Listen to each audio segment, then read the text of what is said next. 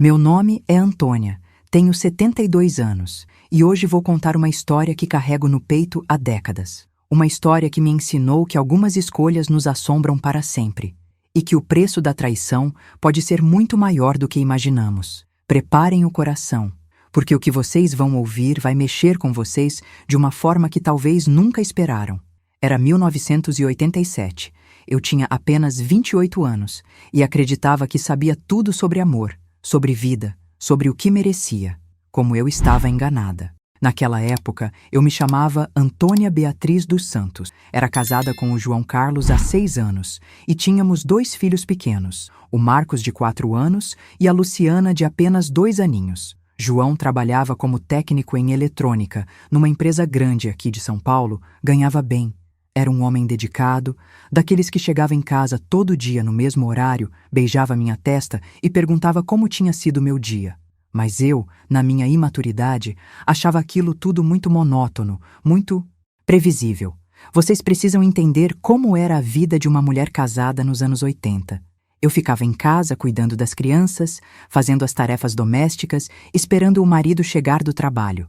Não havia internet, não tinha celular, não tinha essas distrações todas de hoje. Era só eu, as crianças e aquela rotina que parecia se repetir infinitamente. João era um bom marido, um bom pai, mas nossa conversa se limitava a assuntos práticos, as contas, os filhos, os problemas da casa. Eu sentia como se estivesse murchando por dentro, como se minha juventude estivesse escapando pelos dedos sem que eu tivesse vivido nada de emocionante. Foi quando surgiu a oportunidade de trabalhar. A irmã do João, a Marta, tinha uma loja de roupas femininas no centro da cidade e precisava de ajuda. João não queria muito que eu trabalhasse. Dizia que nosso dinheiro dava para tudo e que as crianças precisavam da mãe em casa. Mas eu insisti tanto, argumentei que seria bom para nossa situação financeira, que ele acabou cedendo. Arranjamos uma babá para as crianças, a dona Conceição, uma senhora de confiança do bairro, e comecei a trabalhar 3 vezes por semana na loja da Marta. Os primeiros meses foram maravilhosos. Eu me sentia útil, importante, conversando com as clientes, ajudando elas a escolher roupas, dando conselhos sobre moda. Era como se eu tivesse acordado de um sono profundo. Chegava em casa animada, contando para o João sobre meu dia, sobre as pessoas que conhecia, sobre as novidades da loja. Ele ouvia educadamente, mas percebia que não tinha muito interesse. Para ele, aquilo era só um passatempo meu, não algo realmente importante. Foi em setembro de 1987 que minha vida mudou completamente. A Marta decidiu contratar um representante comercial para trazer marcas novas para a loja. E foi aí que conheci o Ricardo Mendes. Meu Deus, como descrever o impacto que aquele homem causou em mim? Ele tinha 35 anos, cabelos escuros, sempre bem penteados, usava ternos elegantes, dirigia um Chevette novinho em folha e tinha um jeito de falar que me deixava hipnotizada. Ricardo era casado, tinha uma filha, mas desde o primeiro momento em que nos conhecemos, rolou uma química que eu nunca tinha experimentado antes. Ele chegou na loja numa quinta-feira de manhã, se apresentou para a Marta e para mim e começou a mostrar os catálogos das roupas que representava. Mas eu mal conseguia prestar atenção nas peças, porque ficava olhando para ele, para o jeito que mexia as mãos quando falava, para aquele sorriso que parecia só meu.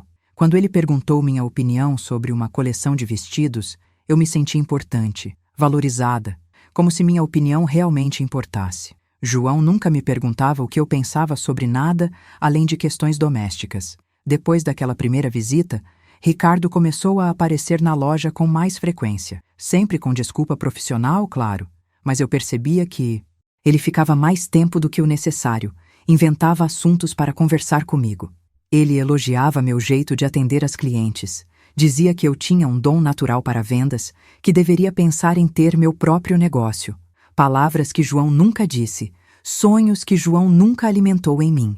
As conversas foram ficando mais pessoais. Ricardo contava sobre sua vida, sobre como se sentia preso num casamento sem paixão, sobre os sonhos que tinha abandonado para se tornar o marido e pai responsável que todos esperavam.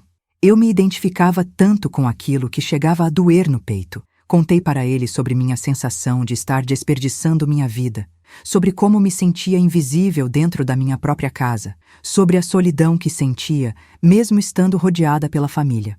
Em outubro, Ricardo sugeriu que eu o acompanhasse numa visita a fornecedores no interior. Disse que seria bom para eu conhecer como funcionava o negócio por trás das cortinas, que poderia me ajudar a crescer profissionalmente. A Marta achou uma ótima ideia. Disse que eu merecia conhecer mais sobre o ramo da moda. João não gostou muito da ideia, mas eu argumentei que seria apenas um dia, que voltaria no mesmo dia à noite e que era uma oportunidade de aprendizado. Mentira. Eu sabia exatamente o que estava acontecendo e Ricardo também sabia. Aquela viagem não era sobre trabalho, era sobre nós dois, sobre essa atração que estava crescendo entre nós e que eu não conseguia mais controlar. Na estrada, ele segurou minha mão pela primeira vez. Foi um choque elétrico que percorreu meu corpo inteiro. Eu deveria ter pedido para ele parar o carro, deveria ter voltado para casa naquele exato momento, mas não voltei. Em vez disso, entrelacei meus dedos nos dele e deixei aquela sensação proibida tomar conta de mim. Chegamos numa cidadezinha do interior, visitamos 2 fornecedores rapidamente e depois Ricardo disse que conhecia um restaurante muito bom onde poderíamos almoçar. Era um lugar simples, mas aconchegante, e pela primeira vez em anos me senti como uma mulher desejada, especial, importante. Ele falava comigo como se eu fosse a pessoa mais interessante do mundo. Perguntava sobre meus sonhos, sobre o que eu queria fazer da vida, sobre quem eu era além de esposa e mãe. Depois do almoço, em vez de voltarmos para São Paulo, Ricardo sugeriu que fôssemos conhecer uma cachoeira que ficava perto dali. Disse que era muito bonita, que valia a pena conhecer já que estávamos por lá. Eu sabia que estava entrando em território perigoso, mas uma parte de mim não queria mais ser a Antônia responsável, a esposa obediente, a mãe que sempre colocava todo mundo na frente de si mesma. Queria ser só eu, uma mulher de 28 anos que merecia viver algo emocionante. A cachoeira era realmente linda. Ficamos ali conversando, rindo, e quando o sol começou a se pôr, Ricardo me beijou. Foi um beijo cheio de desejo, de urgência, de tudo que estava faltando na minha vida. Eu respondi com a mesma intensidade, com anos de carência acumulada, com a fome de ser desejada que eu nem sabia que existia dentro de mim. Ali, naquele lugar isolado, com o barulho da água caindo, nós nos entregamos um ao outro de uma forma que mudou minha vida para sempre. Quando voltamos para São Paulo naquela noite, eu estava completamente transformada. Cheguei em casa quase às 11 da noite, inventei uma desculpa sobre trânsito e problemas no carro, e o João acreditou sem questionar. Ele estava assistindo televisão, me deu um beijo no rosto distraído e perguntou se tinha corrido tudo bem.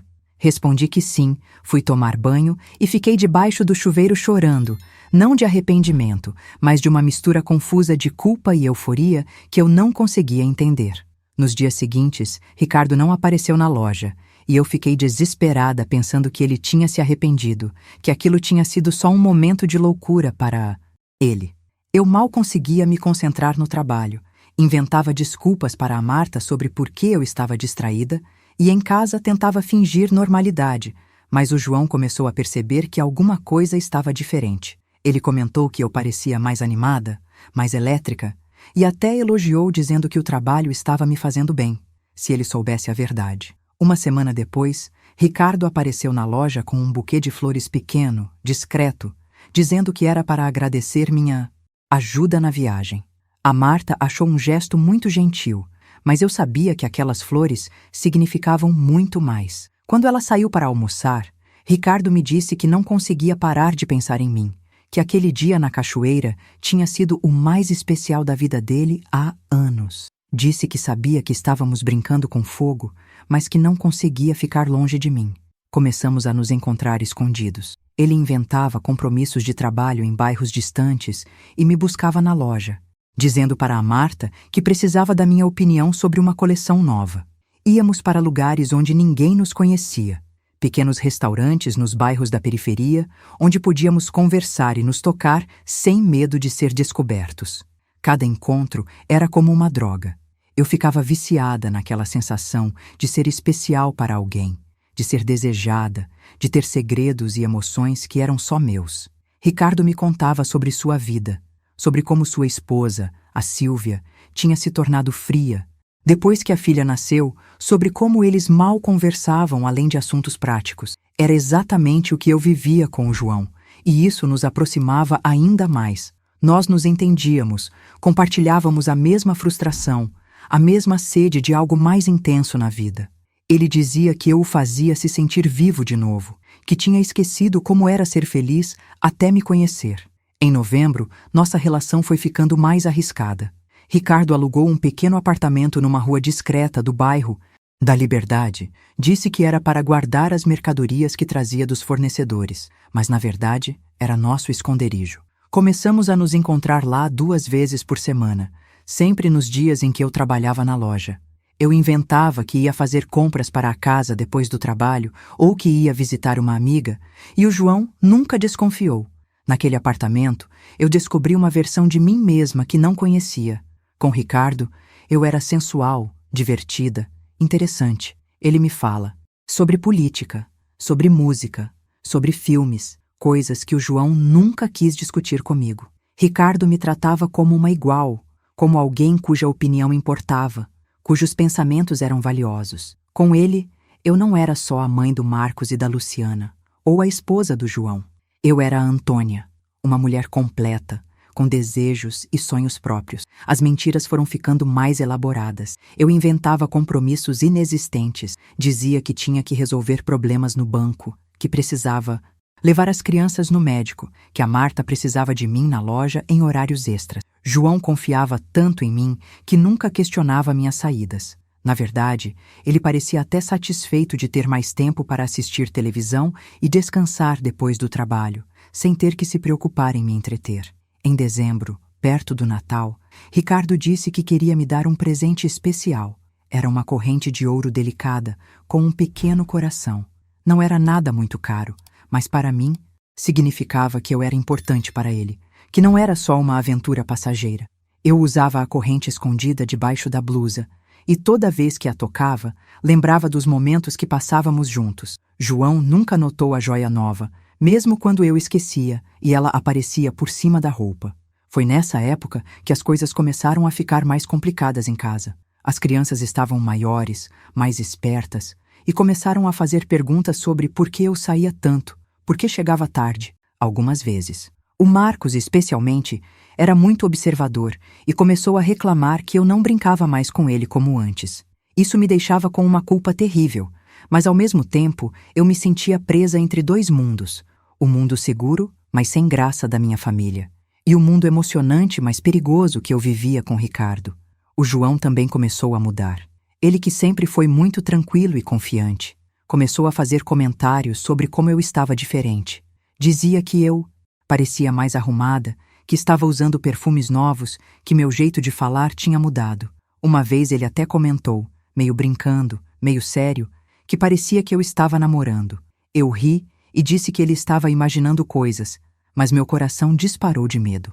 Em janeiro de 1988, Ricardo disse que precisava viajar para o Rio de Janeiro a trabalho e me convidou para ir com ele.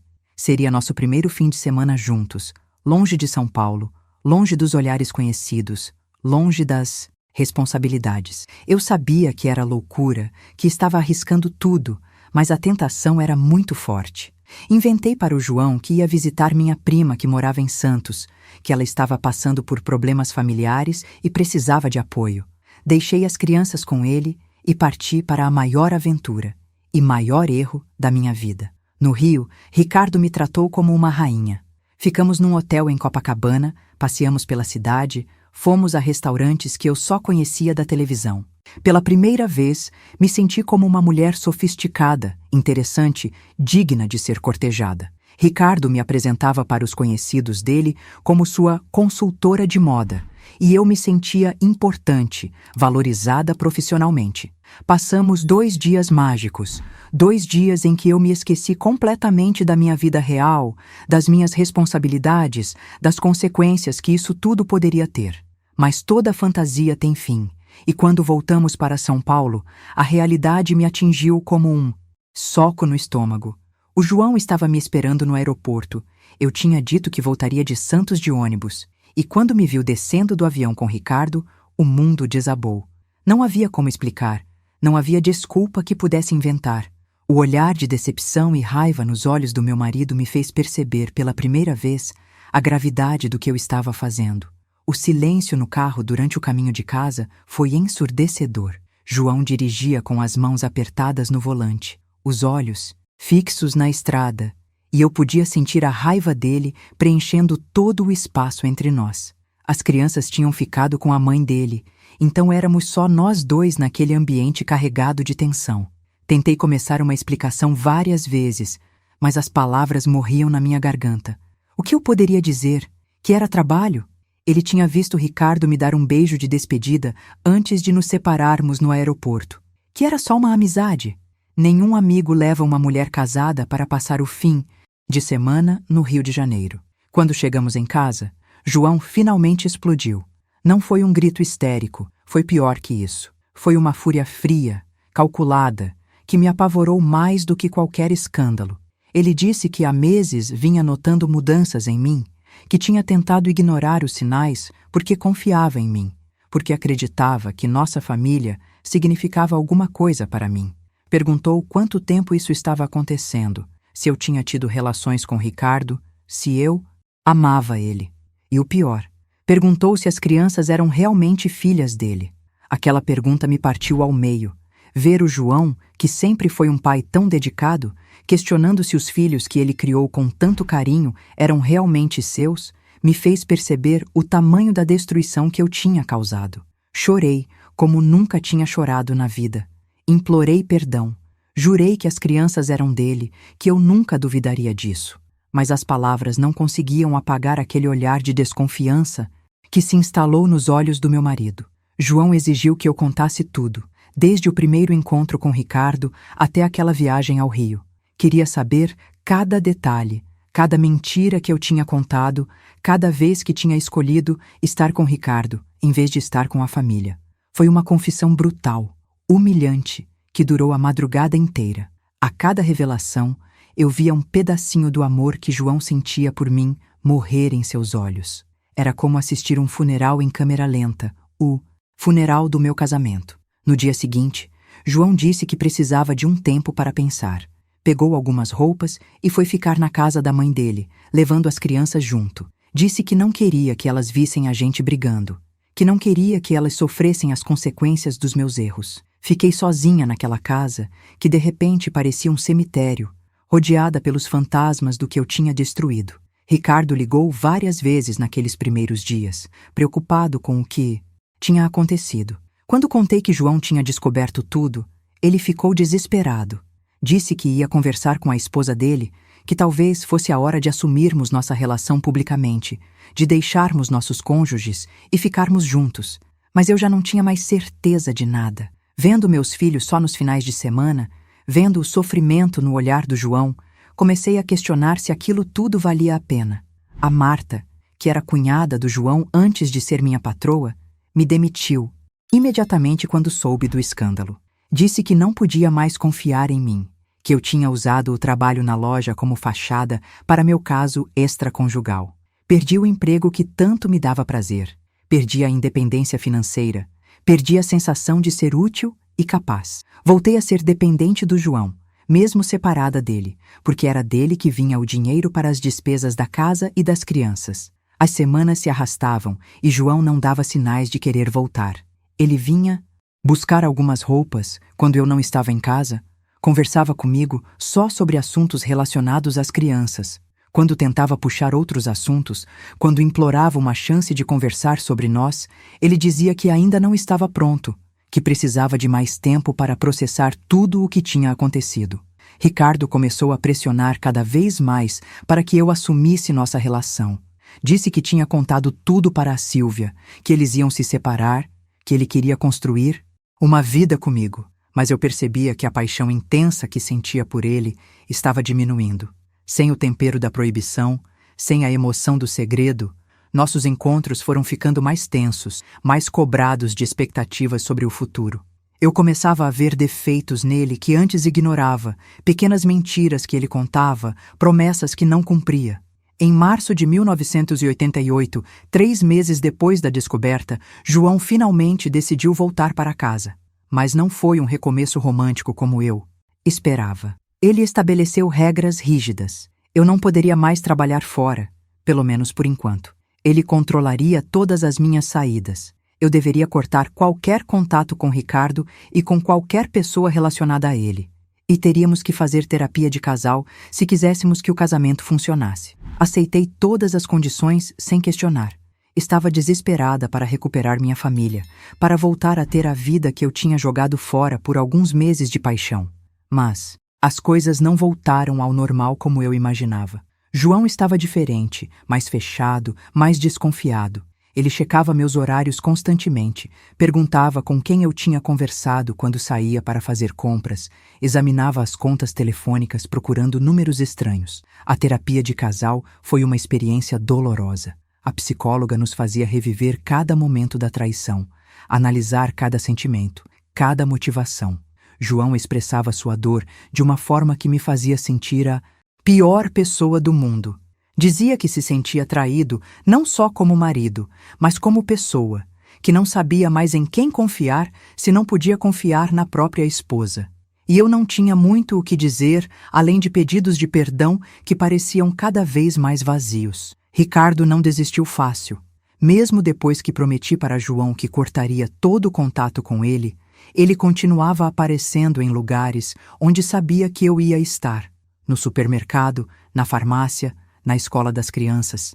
Dizia que me amava, que não conseguia viver sem mim, que tínhamos algo especial que não podia simplesmente acabar assim. Essas abordagens me deixavam desesperada, porque eu sabia que se João descobrisse, seria o fim definitivo do nosso casamento. Em maio, descobri que estava grávida. A notícia deveria ter sido uma alegria, mas foi um pesadelo. Eu não fazia ideia de quem era o pai. Nos últimos meses do caso com Ricardo, nós tínhamos relações com frequência, mas eu também estava tentando reconquistar João. E eventualmente tínhamos momentos íntimos. A possibilidade de estar grávida de Ricardo me aterrorizava mais do que qualquer coisa que eu já tinha enfrentado. Contei para João sobre a gravidez numa noite de sexta-feira, depois que as crianças foram dormir. Ele ficou em silêncio por vários minutos, e eu podia ver os pensamentos passando pela cabeça dele. Finalmente, ele perguntou se eu tinha certeza de que o bebê era dele. Não foi uma pergunta cruel, foi uma dúvida. Legítima considerando tudo o que tinha acontecido. E eu não soube o que responder, porque eu mesma não tinha certeza. João exigiu um exame de paternidade assim que fosse possível. Disse que precisava dessa certeza para decidir se ia continuar tentando salvar nosso casamento ou se ia pedir o divórcio de uma vez. Aquela espera foi um dos períodos mais angustiantes da minha vida. Cada dia que passava era uma tortura, imaginando que meu terceiro filho poderia ser a prova definitiva da minha traição. Ah, meus queridos, quem está me ouvindo até aqui entende a dor que eu carrego no peito há tantos anos. Se vocês já passaram por algo parecido, se já sentiram o peso das próprias escolhas esmagando o peito, deixem um comentário contando sua cidade, seu nome. E que tipo de história vocês mais gostam de ouvir aqui no canal? Quero conhecer vocês, saber de onde vem essa força que me permite contar essas histórias difíceis. E se vocês acham que alguém precisa ouvir isso, se inscrevam no canal para que possamos alcançar mais pessoas que talvez estejam passando pelo mesmo que eu passei. Em agosto de 1988, quando eu estava com 4 meses de gravidez, finalmente foi possível fazer o exame de paternidade. Naquela época, os exames não eram como hoje. Eram mais complicados e demorados, mas João insistiu que precisávamos da resposta. Foram 2 semanas de espera que pareceram uma eternidade. Eu mal conseguia dormir, mal conseguia comer, e as crianças começaram a perceber que alguma coisa estava errada. O Marcos, que já tinha 5 anos, me perguntava por que eu chorava tanto, por que o papai ficava sempre sério. A pequena Luciana, com seus 3 aninhos, só sabia que a mamãe estava triste e tentava me consolar do jeitinho dela, trazendo seus brinquedos para mim, fazendo desenhos para me alegrar. Ver o carinho inocente dos meus filhos, enquanto eu estava destruindo a família deles, era uma dor que eu não sei como descrever. Quando o resultado chegou, João quis abrir sozinho primeiro.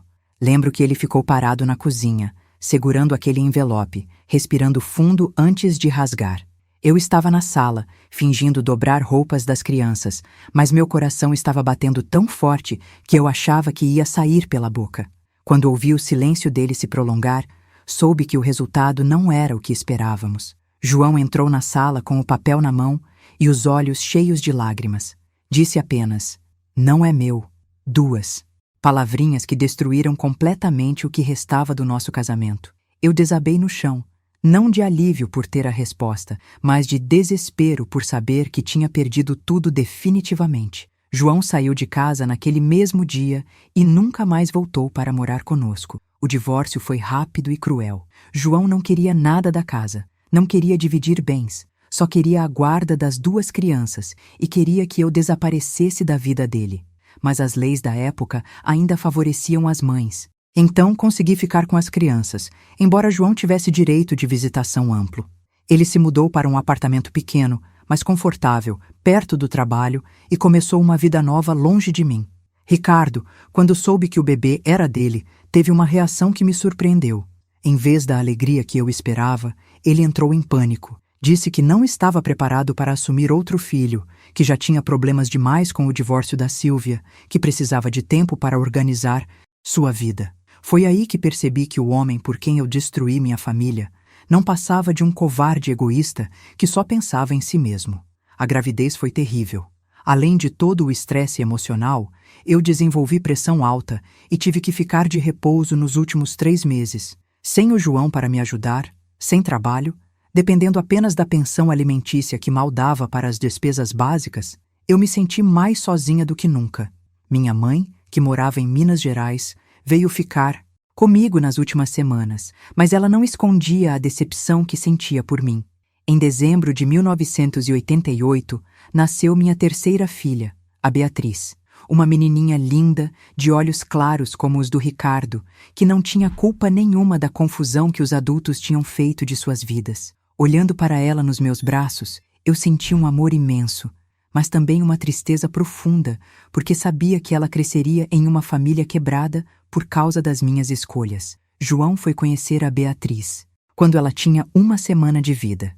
Ele chegou em casa trazendo presentes para o Marcos e a Luciana, mas mal olhou para a bebê.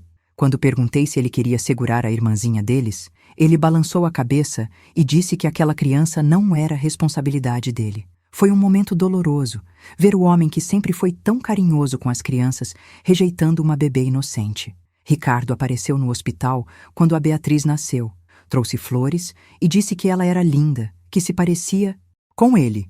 Mas quando comecei a falar sobre pensão alimentícia, sobre responsabilidades, sobre assumir a paternidade legalmente, ele começou a inventar desculpas. Disse que estava passando por dificuldades financeiras com o divórcio, que a Sílvia estava exigindo muito dinheiro, que precisava de tempo para se organizar. Os primeiros anos criando as 3 crianças sozinha foram os mais difíceis da minha vida. João pagava pensão para o Marcos e a Luciana religiosamente, mas Ricardo sumiu, completamente. Mudou de cidade, trocou de emprego, desapareceu sem deixar rastro. Eu tentei procurá-lo através de advogado, mas ele sempre dava um jeito de escapar da responsabilidade. E se essa mensagem está tocando você de alguma forma, se você sente que precisa apoiar para que mais pessoas ouçam histórias como essa, clique em "Valeu demais". Esse gesto pequeno ajuda a manter viva essa missão de levar luz a quem já perdeu a esperança. Gratidão imensa de quem está aqui dividindo sua dor para ajudar outros a não cometerem os mesmos erros. O Marcos e a Luciana começaram a fazer perguntas sobre por que o papai não morava mais com a gente, por que a irmãzinha tinha um pai diferente, por que nossa família era diferente das outras famílias. Explicar para crianças pequenas conceitos como traição e divórcio foi uma das tarefas mais difíceis que já enfrentei. Tentei ser honesta sem jogar a culpa em ninguém, mas eles sentiam a tensão, percebiam que alguma coisa tinha dado muito errado.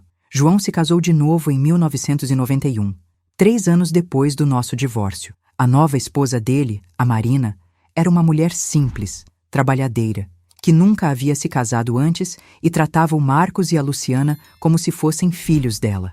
Quando as crianças começaram a me contar sobre a tia Marina, sobre como ela era carinhosa e atenciosa, senti uma pontada de ciúme misturada com alívio.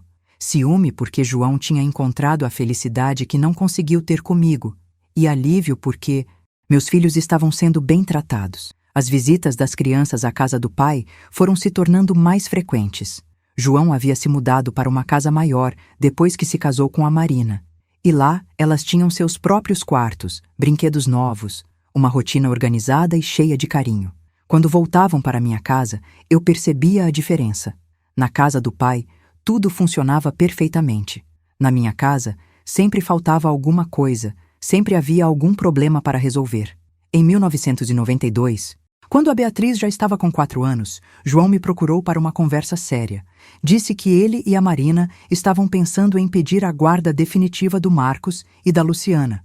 Argumentou que podia oferecer mais estabilidade para eles, melhores condições de vida e que as crianças tinham expressado o desejo de morar com o pai. Foi como levar uma punhalada no peito. Lutei contra o pedido de guarda na justiça, mas tinha poucas chances de ganhar. Eu era mãe solteira, desempregada, morando em uma casa pequena e simples, dependendo de pensão alimentícia para sobreviver. João era casado, tinha emprego estável, casa própria e podia oferecer muito mais para as crianças. Além disso, o Marcos, que já tinha 9 anos, disse ao juiz que queria morar com o pai e a Marina. Perder a guarda das 2 crianças mais velhas foi devastador.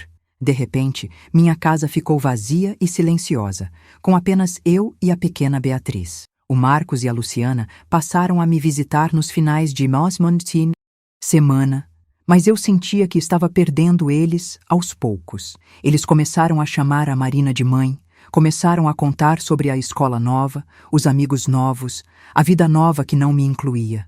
A solidão daqueles anos foi cruel. Eu havia perdido meu marido, meus filhos mais velhos, meu emprego, minha autoestima. Restou apenas eu e a Beatriz, tentando construir uma vida nova sobre os escombros da família que eu mesma havia destruído.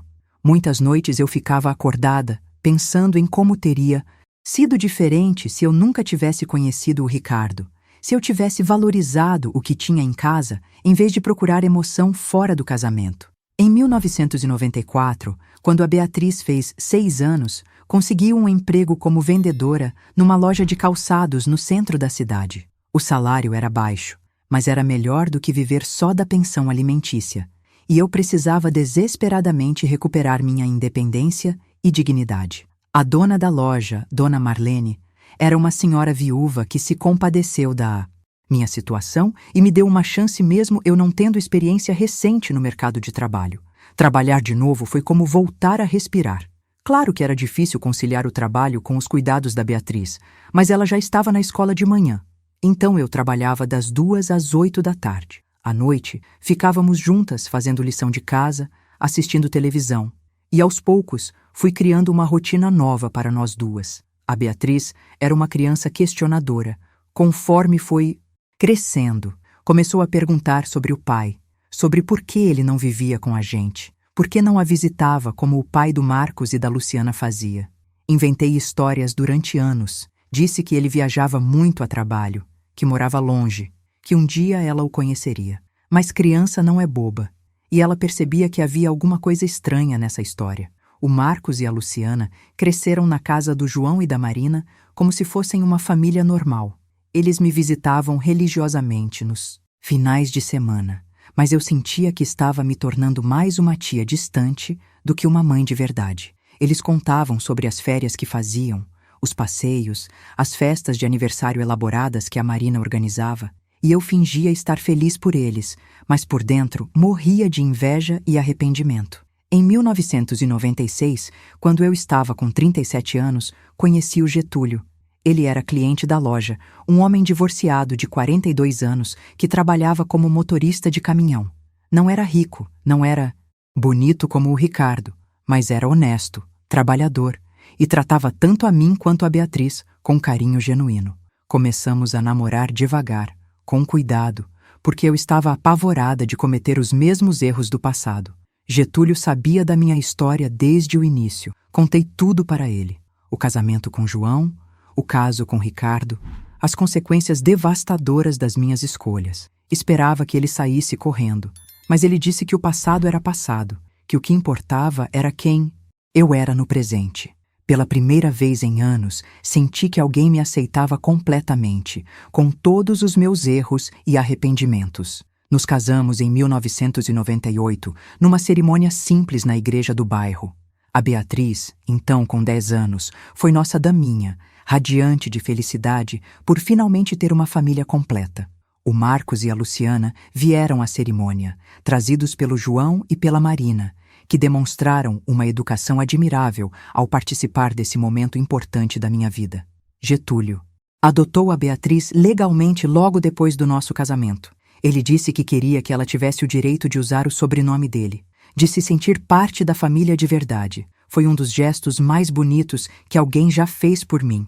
Ver minha filha finalmente tendo um pai presente, carinhoso, que a levava na escola, ajudava com a lição, participava das reuniões de pais, me encheu de uma gratidão que não sei expressar em palavras. Mas a vida tem um jeito cruel de nos testar justamente quando pensamos que encontramos a paz. Em 2001, 3 anos depois do meu casamento com Getúlio, Ricardo reapareceu.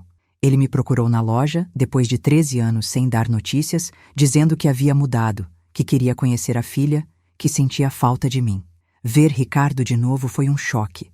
Ele estava mais velho, obviamente, com alguns cabelos grisalhos, mas ainda tinha aquele charme que me havia seduzido anos antes. Disse que havia se separado definitivamente da Sílvia, que tinha passado anos trabalhando no interior, que agora estava de volta a São Paulo e queria acertar as coisas do passado.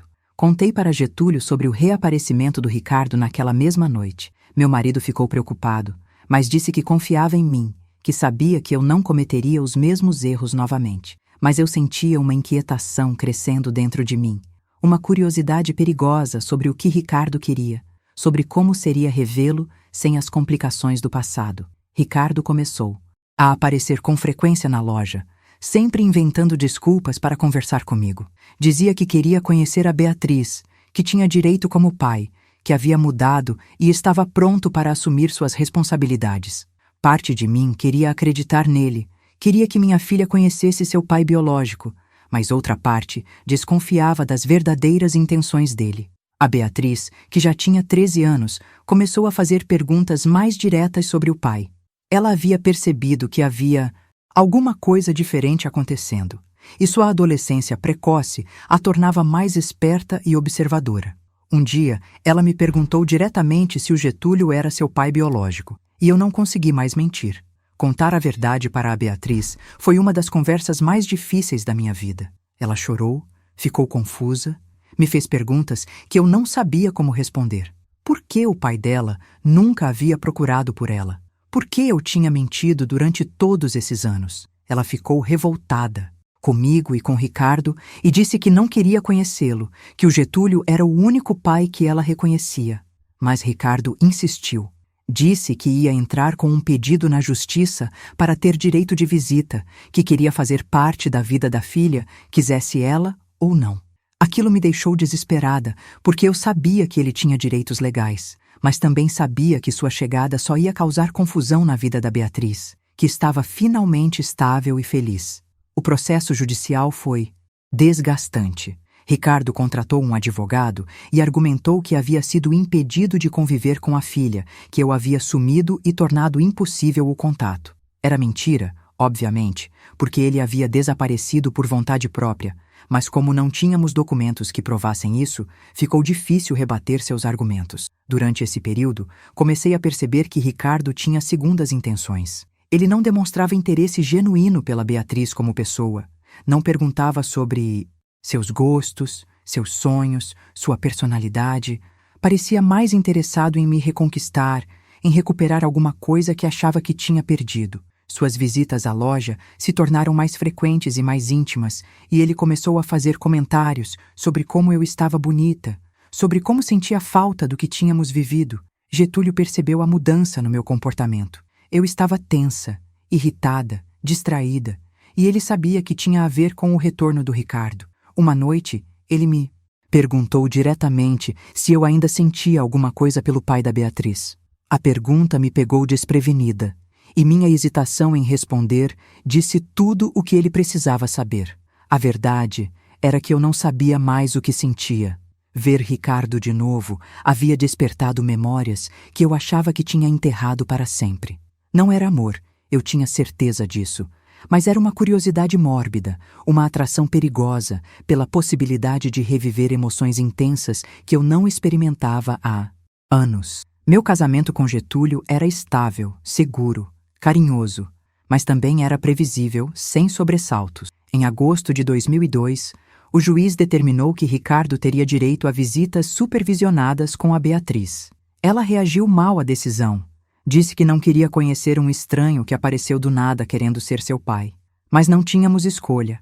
A lei era clara sobre os direitos do pai biológico, mesmo que ele tivesse sido ausente durante anos. O primeiro encontro entre Ricardo e Beatriz foi tenso e artificial. Ele tentou ser carinhoso, trouxe presentes caros, falou sobre todos os lugares que queria levar ela, todas as coisas que queria ensinar. Mas a menina estava fechada, desconfiada, respondendo apenas o necessário às perguntas dele. Ao final da visita, ela me disse que não gostava dele, que achava ele falso, que preferia ficar em casa com o Getúlio. Apesar da resistência da Beatriz, as visitas do Ricardo continuaram acontecendo. Ele era persistente. Aparecia sempre no horário marcado, trazia presentes diferentes a cada encontro, tentava conquistar a filha com promessas e mimos, mas quanto mais ele insistia, mais a menina se fechava. Ela me contava que se sentia desconfortável perto dele, que ele fazia perguntas muito pessoais sobre nossa vida, sobre o Getúlio, sobre nossa rotina em casa. Foi durante essas visitas que Ricardo começou a me procurar com mais frequência. Ele chegava mais cedo para buscar a Beatriz, inventava conversas demoradas sobre a educação dela, sobre planos para o futuro. Sempre encontrava uma desculpa para ficar mais tempo em casa, para tomar um café, para relembrar os velhos tempos. E eu, que deveria ter colocado limites claros desde o início, fui me deixando envolver novamente pela sua presença. Getúlio começou a ficar incomodado com a situação. Ele percebia que Ricardo ficava tempo demais em nossa casa, que eu estava diferente depois dessas conversas longas. Uma noite, meu marido me confrontou diretamente. Disse que sentia que eu estava se afastando dele, que parecia distraída, que não demonstrava mais o mesmo carinho de antes. E ele estava certo. A verdade era que Ricardo estava despertando em mim sentimentos que eu achava que tinham morrido para sempre. Não era amor, eu sabia disso, mas era uma atração física, uma nostalgia perigosa pelos momentos intensos que tínhamos vivido no passado. Ele me fazia lembrar da mulher que eu havia sido aos 28 anos, cheia de sonhos e desejos, em vez da mulher de 43 anos que eu era agora, cansada pelas responsabilidades e pelos anos de luta. Em outubro de 2002, Ricardo me convidou para almoçar para conversar sobre a Beatriz. Disse que queria discutir a possibilidade de levar ela para passar um fim de semana na casa dele, que achava importante estreitar os laços entre pai e filha. Eu sabia que deveria ter sugerido que conversássemos em casa, na presença do Getúlio, mas aceitei o convite. Foi o primeiro erro de uma série que quase destruiu minha segunda chance de ser feliz. No restaurante, Ricardo falou pouco sobre a Beatriz. Em vez disso, ele quis saber sobre mim, sobre como eu estava me sentindo no casamento, se eu era feliz, se não sentia falta da paixão que tínhamos vivido juntos. Ele disse que nunca havia se esquecido de mim, que todos os relacionamentos que teve depois foram comparados com o que vivemos, que eu havia sido o grande amor da vida dele. Eram palavras bonitas, sedutoras, mas eu já não era mais a mulher ingênua de antes. Perguntei a ele onde estava esse grande amor quando a Beatriz nasceu, quando eu precisei criar ela sozinha, quando passei anos esperando que ele assumisse suas responsabilidades. Ele disse que havia sido imaturo, covarde, que agora estava diferente, que queria recuperar o tempo perdido. Depois do almoço, Ricardo me acompanhou até a loja e no caminho ele segurou minha mão. Foi um toque breve, mas que me causou um arrepio que eu não esperava sentir. Quando ele se despediu, me deu um beijo no rosto muito próximo da boca e sussurrou no meu ouvido que sentia muito a minha falta, Cheguei no trabalho perturbada, confusa, com uma mistura de culpa e excitação que me assustou. Naquela noite, Getúlio percebeu que eu estava estranha. Ele me perguntou como havia sido o almoço, se tínhamos conseguido resolver as questões sobre a Beatriz. Menti, disse que tinha sido uma conversa produtiva, que Ricardo estava realmente interessado em ser um bom pai, mas meu marido me conhecia bem demais para acreditar completamente na minha versão. As semanas seguintes foram uma tortura. Ricardo aumentou a frequência das visitas, sempre com alguma desculpa relacionada a Beatriz, mas seus verdadeiros interesses eram óbvios. Ele me elogiava constantemente, dizia que eu estava mais bonita do que nunca, que o tempo havia sido generoso comigo. E eu, que deveria ter cortado aquela situação pela raiz, fui me deixando seduzir novamente pelos seus encantos. O momento de ruptura chegou em dezembro de 2002. Ricardo havia levado a Beatriz para passar uma tarde no shopping, e quando voltou para deixá-la em casa, ele disse que precisava conversar comigo sobre algo importante. Getúlio havia saído para trabalhar, então ficamos sozinhos na sala. Ricardo disse que não aguentava mais fingir, que me queria de volta, que havia voltado para São Paulo principalmente por minha causa. Ele me beijou naquele momento, e eu não resisti. Foi como se todos os anos de maturidade e aprendizado tivessem desaparecido num instante. Respondi ao beijo com uma paixão que me surpreendeu, com uma fome de emoção que eu não sabia que ainda existia dentro de mim. Ficamos ali nos beijando como adolescentes, até que ouvimos o barulho da chave na porta e nos separamos rapidamente. Getúlio entrou em casa e percebeu imediatamente que alguma coisa havia acontecido. O clima estava carregado. Eu estava. Vermelha e nervosa, Ricardo estava ajeitando a roupa.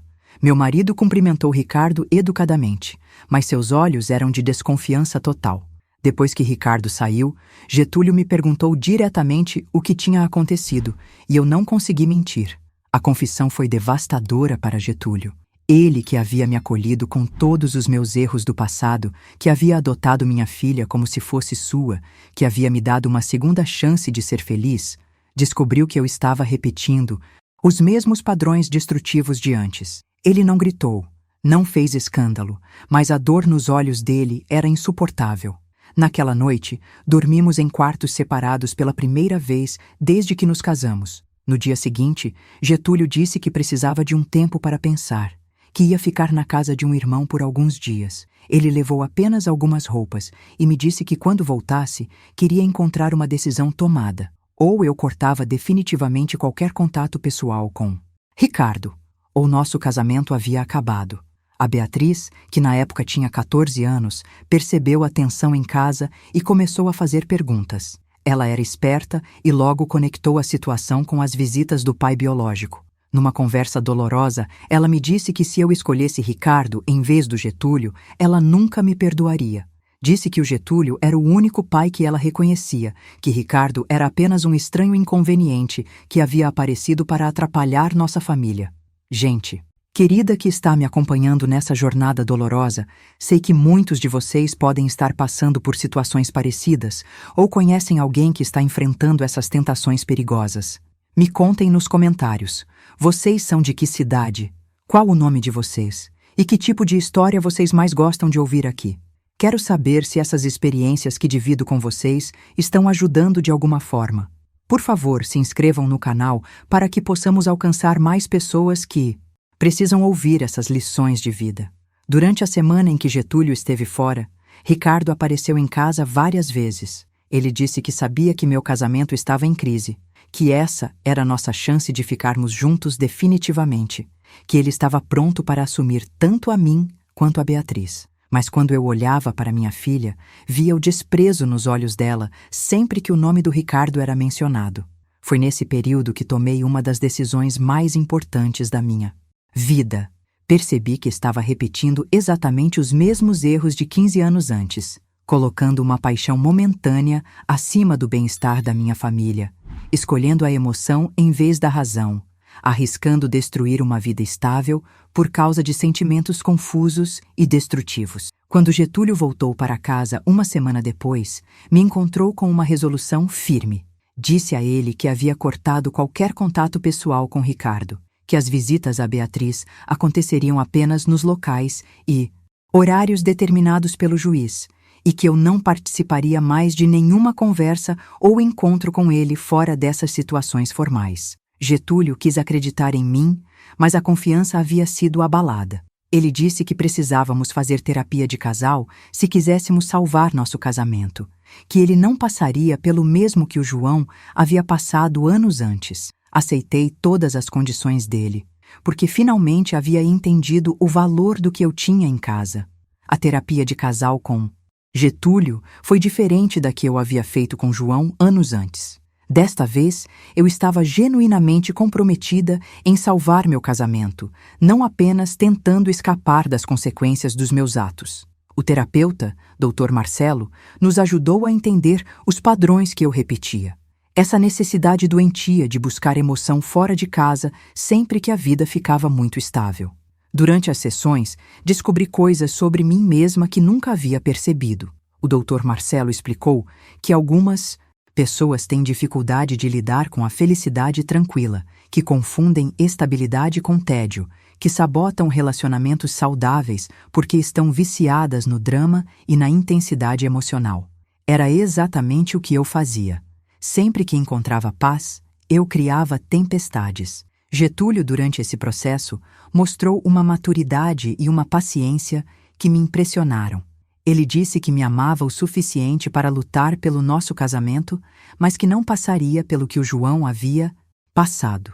Estabeleceu limites claros. Qualquer mentira, qualquer encontro escondido, qualquer deslize seria o fim definitivo da nossa relação.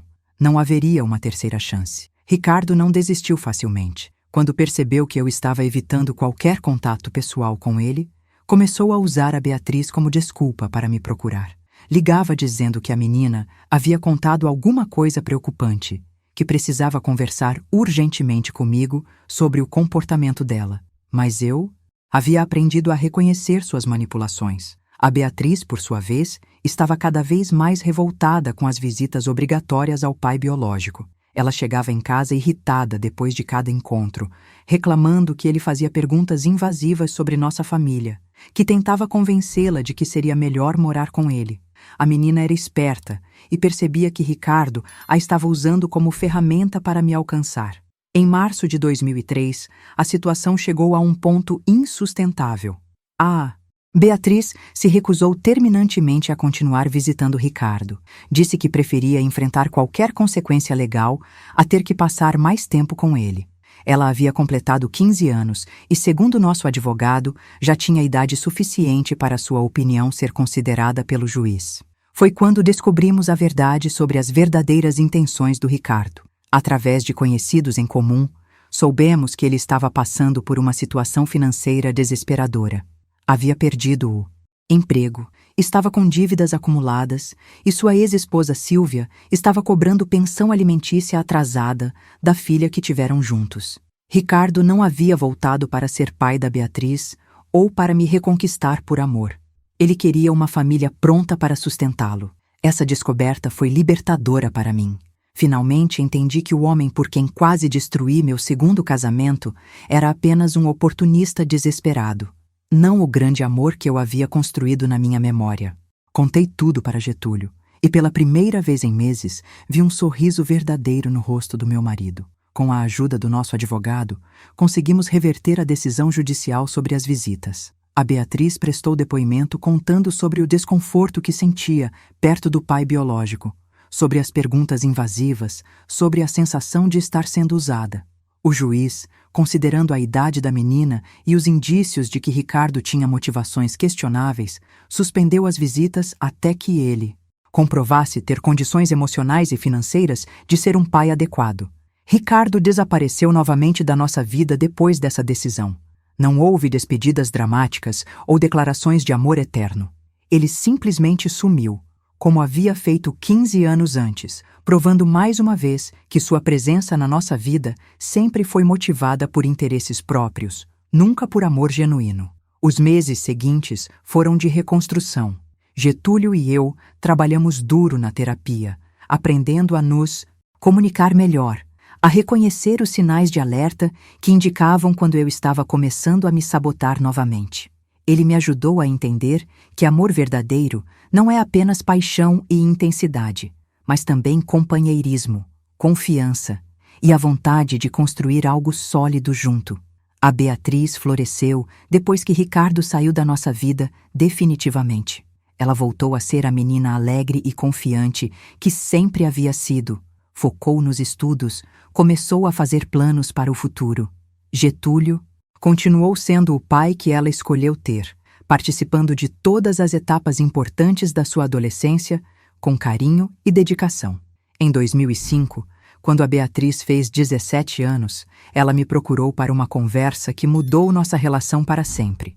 Disse que queria entender melhor a história da família, que queria saber a verdade completa sobre minha vida antes dela nascer. Contei tudo: meu casamento com João, o caso com Ricardo, as consequências devastadoras das minhas escolhas, a perda, da guarda do Marcos e da Luciana. A reação da Beatriz me surpreendeu. Em vez de me julgar ou condenar, ela disse que entendia melhor agora porque eu havia lutado tanto para manter nossa família unida. Disse que admirava a coragem que eu tinha tido de recomeçar a vida várias vezes, de assumir meus erros e tentar ser uma pessoa melhor. Foi nesse momento que senti que finalmente havia me tornado a mãe que ela merecia ter.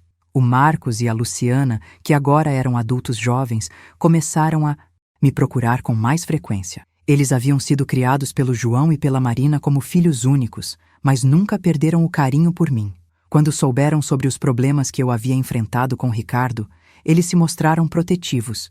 Disse que se ele aparecesse novamente, eles mesmos tomariam providências. Em 2007, recebemos a notícia de que João havia morrido num acidente de carro. Foi um choque devastador para todos nós. Apesar de tudo o que havia acontecido entre nós, ele havia sido um bom homem, um pai dedicado, alguém que não merecia ter sua vida interrompida tão cedo. No funeral, Marina me agradeceu por ter dado a ela os 2 filhos maravilhosos que ela havia criado. Depois da morte do João, o Marcos e a Luciana se aproximaram ainda mais de mim. Eles começaram a visitar nossa casa regularmente, trazendo os netos que eu não conhecia direito. Foi emocionante ver que, apesar de todos os erros que cometi, eu não havia perdido completamente o amor dos meus filhos. Eles eram adultos sábios e generosos, capazes de separar a mãe imperfeita que eu havia sido da avó carinhosa que eu podia ser. A Beatriz se formou no ensino médio em 2006 e decidiu fazer faculdade de pedagogia. Ela disse que queria trabalhar com crianças, que queria ajudar famílias que passavam por dificuldades como a nossa havia passado. Ver minha filha transformar nossa experiência dolorosa em motivação para ajudar outros foi uma das maiores alegrias da minha vida. Getúlio e eu renovamos nossos votos de casamento em 2008, no nosso 10º aniversário. Foi uma cerimônia pequena, só com a família e amigos próximos, mas para mim foi mais significativa que o primeiro casamento. Desta vez, eu sabia exatamente o valor do que tinha, a importância do homem que estava ao meu lado e o quanto eu havia lutado para merecer aquele amor.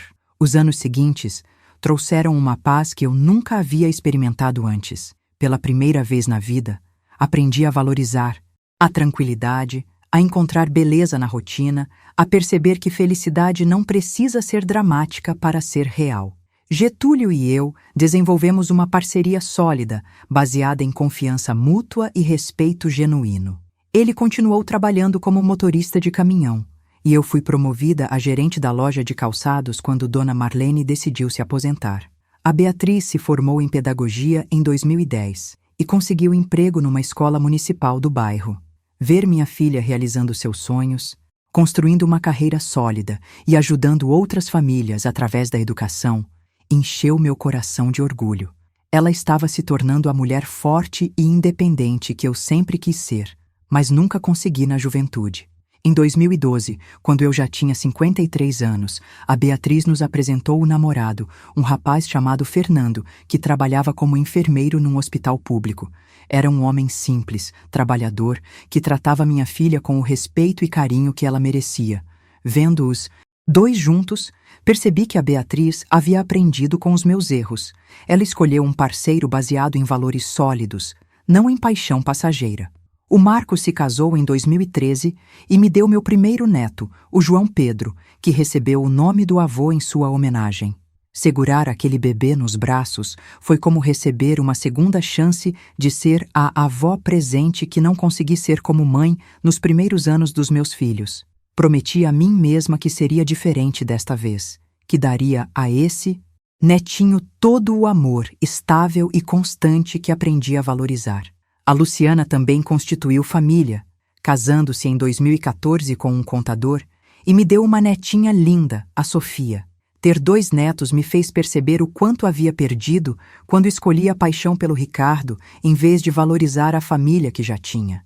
Mas também me mostrou que nunca é tarde para mudar, para se tornar a pessoa que nossos entes queridos merecem que sejamos. Em 2015, aconteceu algo que me testou mais uma vez. A Beatriz veio me contar que Ricardo havia tentado entrar em contato com ela através das redes sociais.